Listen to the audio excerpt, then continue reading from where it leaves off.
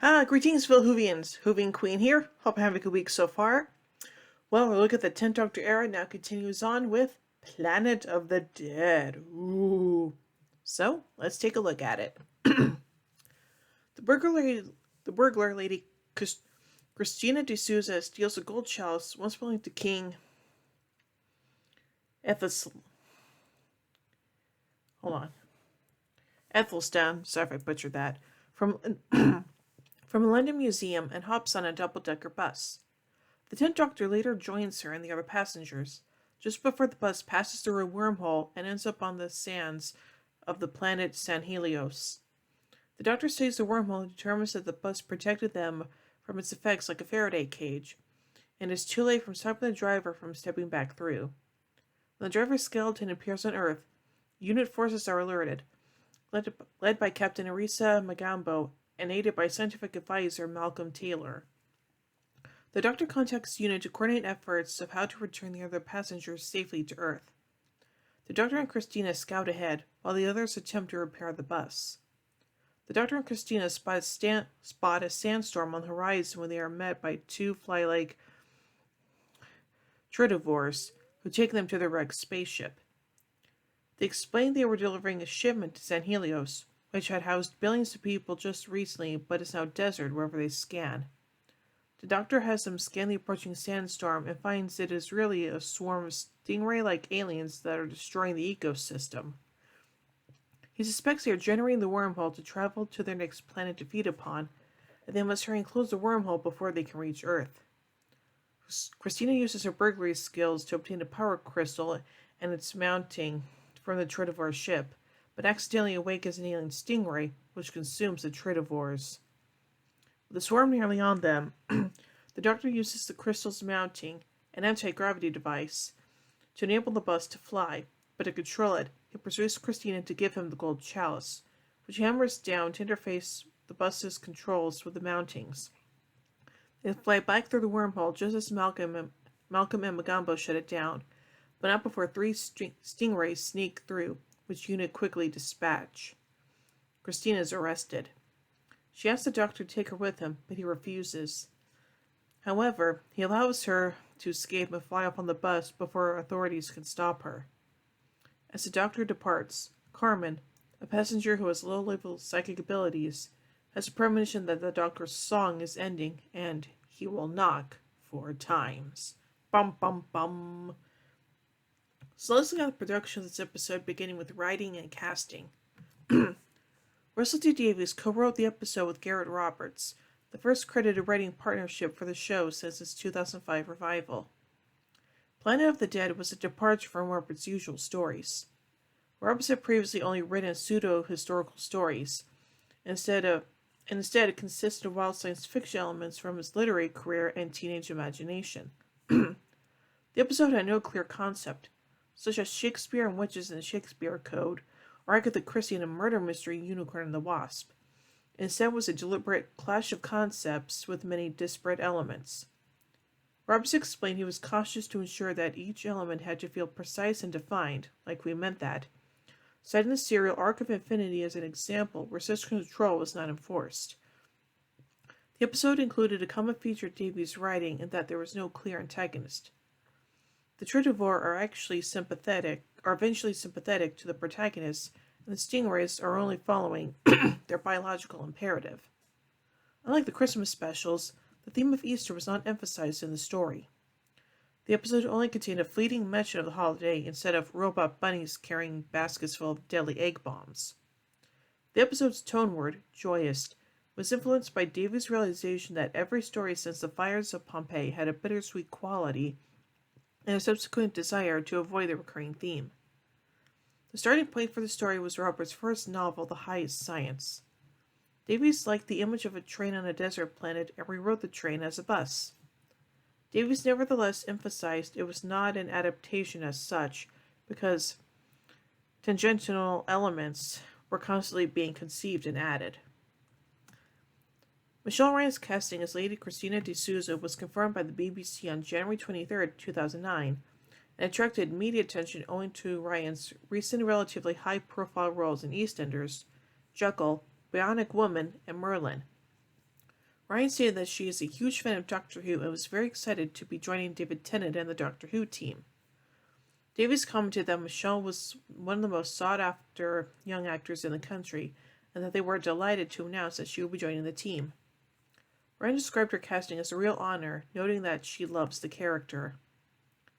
Ryan was rumored to be in line for a role as full-time companion to the incoming 11th Doctor, and her casting of Planet of the Dead, combined with her previous working history with incoming executive producer Stephen Moffat, the two working together on Jekyll, fuels speculation that she might return to Doctor Who, accompanying the 11th Doctor in Series 5.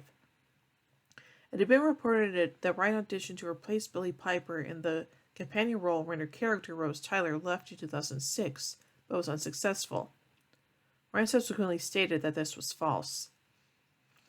Ryan was interviewed by BBC News in 2005 about her role. Ryan was interviewed by BBC News about her role as Lady Christina. Ryan praised her colleagues and the family atmosphere on set and described Doctor Who as something really special to do. On April 9, 2009, Ryan guested on Steve Wright in the Afternoon on BBC Radio 2 and on the Justin Lee Collins show on ITV2 to promote Planet of the Dead. After showing a trailer for the episode on the Justin Lee Collins show, Ryan described the fantastic time she had filming in Cardiff and in Dubai. Ryan's character, Lady Christina de Souza, is an adrenaline junkie and thief. Christina is a typical Doctor Who companion, Davies electing to draw parallels from the Time Lady Romana rather than new series companion Rose Tyler. Roberts described her as an adventuress who is upper class and glam, suited and booted, and extremely intelligent, which the Doctor could relate to because they both rejected their heritages.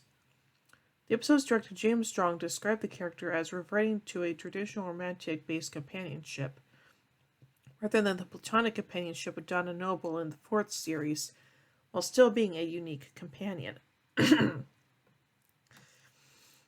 Comedian Lee Evans played Professor Malcolm Taylor, a unit scientist devoted to his predecessor, the Doctor. Davies created Evans' character to serve as a foil for Enoma Dumuzweni's, sorry if I butchered that pronunciation, pragmatic character of Captain Arisa Mangambo, who previously appeared in the episode Turn Left. Roberts noted after writing the episode that Evans' character had unintentionally become a loving caricature of Doctor Who fandom. The episode was influenced by several works. Davies described Planet of the Dead as being a great big adventure, a little bit of Indiana Jones, a little bit Flight of the Phoenix, a little Pitch Black. The relationship between the Doctor and Christina was influenced by 1960s films such as Charade and Topkapi, which introduced Cary Grant and Audrey Hepburn, which included Cary Grant and Audrey Hepburn being witty and sophisticated together and then running for their lives. And the Tridivir were influenced by 1950s and 1970s science fiction B-movies such as The Fly, and Davies' habit of including aliens that were recognizable to the audience as animals from Earth, such as the Judoon. Carmen's warning evoked memories of the Ood's warning to the Doctor and Donna in the 4th series episode Planet of the Ood. Tennant explained the prophecy meant that the Doctor's card had become marked, and the 3 specials would be thus darker, characterizing Planet of the Dead as the last time the Doctor gets to have any fun, and that the subject of the prophecy was not the obvious answer. And now, on to filming. Pre-production on the 4th special started on November 20th, 2008, 4 days before scheduled, because the episode's overseas filming in Dubai required the extra planning time. 2 weeks later, production team went on a Reese,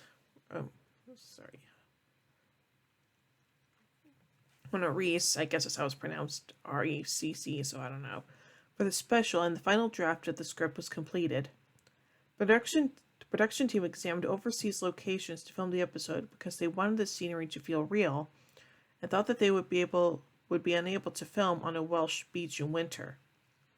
After examining countries such as Morocco and Tunisia, the production team decided to film in Dubai because the area was more amicable to the filming industry, and viable filming locations were nearer to urban areas than other locations. Production began on January 19th in Wales. The special was the first Doctor Who episode. This special was the first Doctor Who episode to be filmed in high-definition television resolution. The move to HD had previously been resisted for two major reasons. Yeah, I'm having trouble speaking today. Don't know why. When the show was revived in 2005, high-definition television had not been adopted by an adequate portion of the audience to be financially viable.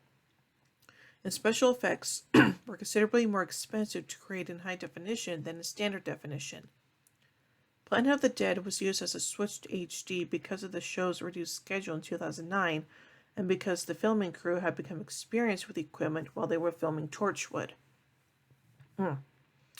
Filming began at the National Museum Cardiff, which doubled for the History Museum depicted in the episode's first scene.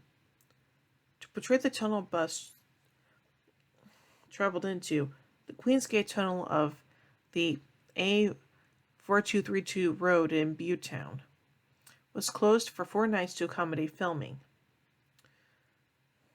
The last major piece of filming in Wales took place in the closed mere, formerly Alpha Steel Steelworks in Newport, which doubled at almost unaltered for the Tridivor spaceship. Scenes set in London's Oxford Street were filmed at St. Mary Street, Cardiff.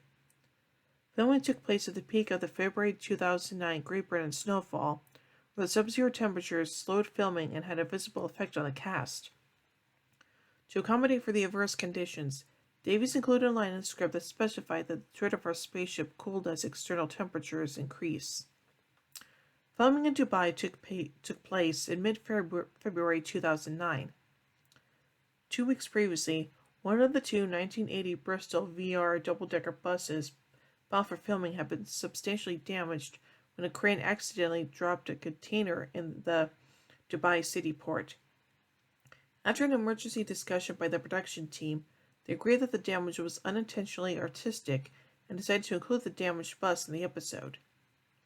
Instead of shipping the spare bus from Cardiff, which would have delayed the already hurried filming schedule, the production team decided to partially reconstruct the bus in Dubai, damaged the spare bus in Cardiff to match the bus in Dubai, and rewrite the part of the script to accommodate and mention the damage to the bus.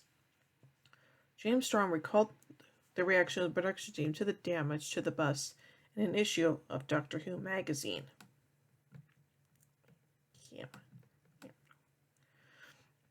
The damaged bus was not the only problem to filming in Dubai.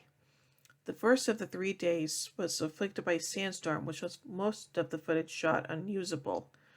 The production team then struggled to complete 3 days of filming in 2 days. The last day was compared to filming Lawrence of Arabia. To complete the episode's filming, interior scenes in the bus were filmed in a studio in Wales.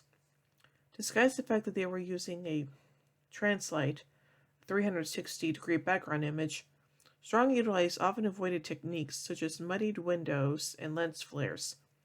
The latter also served to create a warmer environment for the viewer. After filming ended, editing and post-processing took place until 2 days before transmission, leaving the BBC to resort to using an unfinished copy to market the episode. And now, the 200th story. Planet of the Dead was advertised as Doctor Who's 200th story.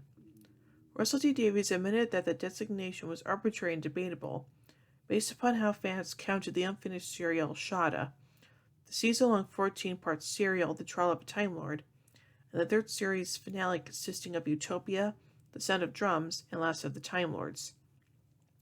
Davies personally disagreed about counting The Trial of a Time Lord as one serial, arguing that it felt like 4 stories to him, and grouping Utopia with its following episodes, but agreed that it was only an opinion which did not override any others.